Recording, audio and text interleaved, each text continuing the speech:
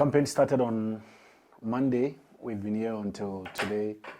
Finally, we have the opportunity to showcase to the world a good game against a team that finished second at the last AFCON. How would you describe the 4 days of campaign so far? Yeah, first of all, I'm happy to be back. It was quite interesting because if you compare the squad now from the squad to the AFCON, there are a lot of replacements. We have a lot of injuries.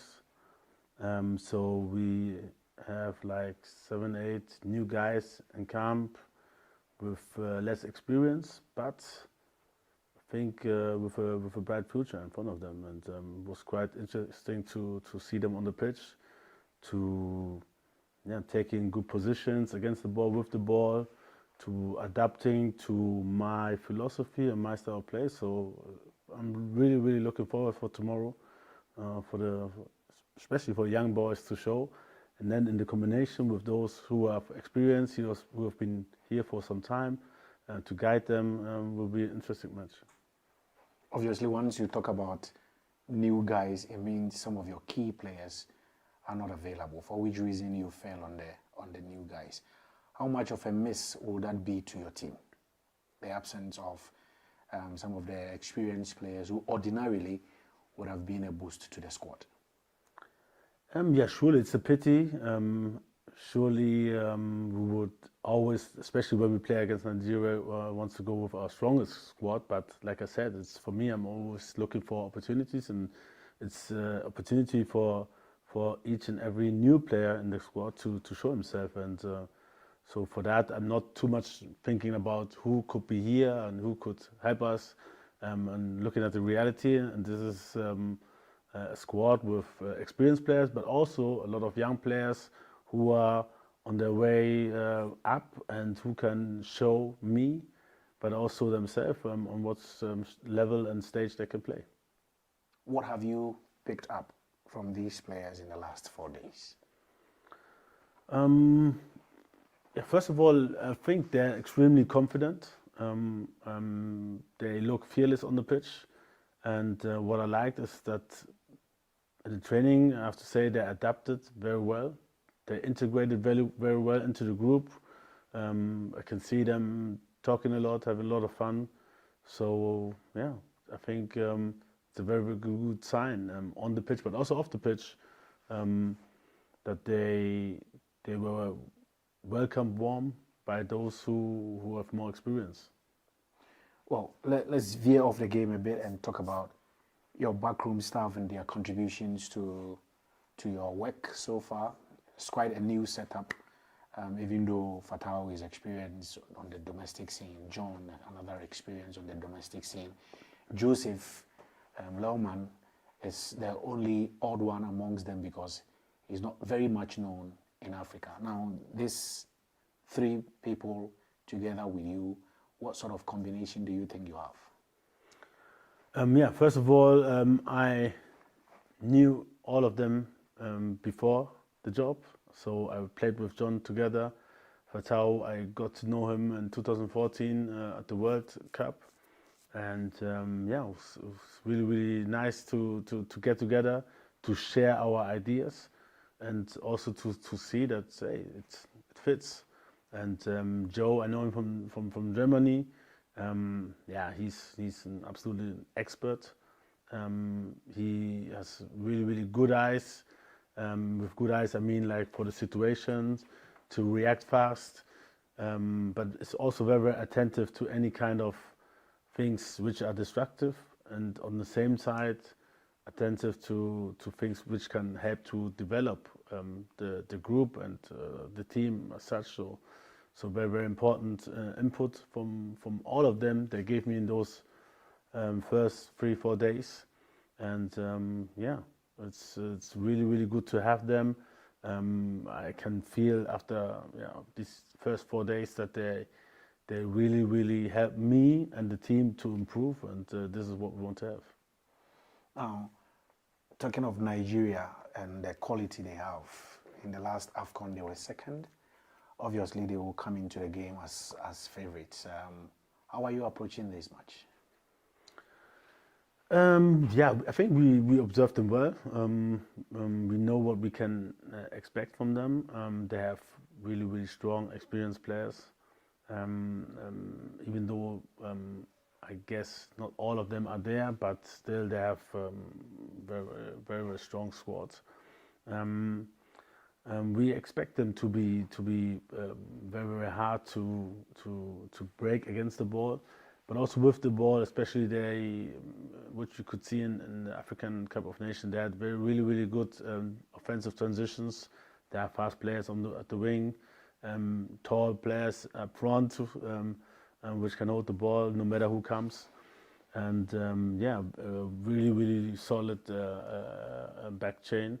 So it's going to be tough for sure, but surely we know what we can, and we know how to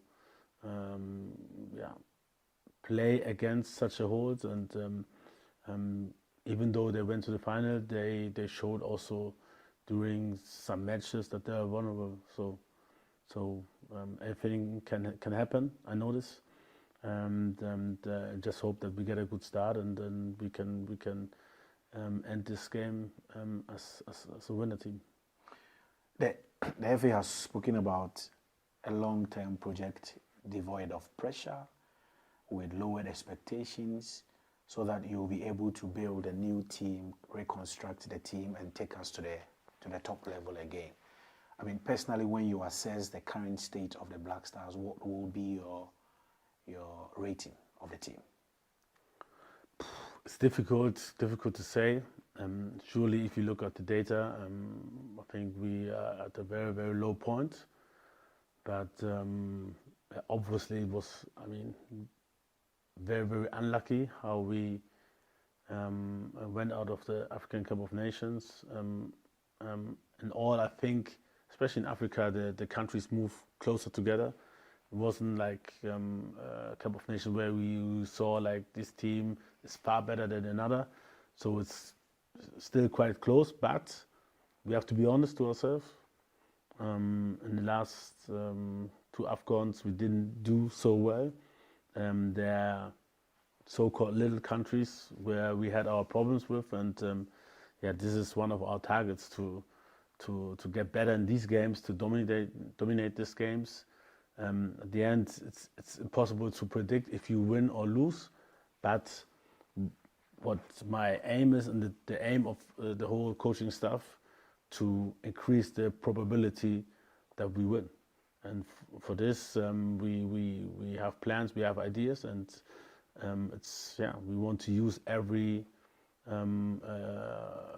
time we get together to work on these ideas and then to execute them on the field. I mean, do these lower ratings or ranking, per your observation, put you under any intense pressure in your quest? Because I know you are committed to excellence in your quest to get us back to the top. No, I think it's like I said, this is the reality that the countries have moved closer together. There's no so-called lower team that you can just beat by 5 or 6 goals to 0. All the team has adapted to a high level, and for that we need to be better prepared, I think, and aware of their strength. And if we can find solutions to their style of play, then I know that normally we have the quality also coming up now with young guys to beat. In Africa we can beat anyone, sure. Now, finally, at the end of this window, probably you will not have the chance to play any game until June, when you go into the World Cup qualifiers. What specific top points do you want to pick from these two matches against Nigeria and Uganda? For me, it's always the same. Surely each match has different preferences and different options, but also different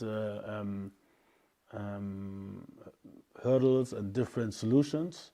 And for us, it's always the aim to find the right solutions, defensively but also offensively.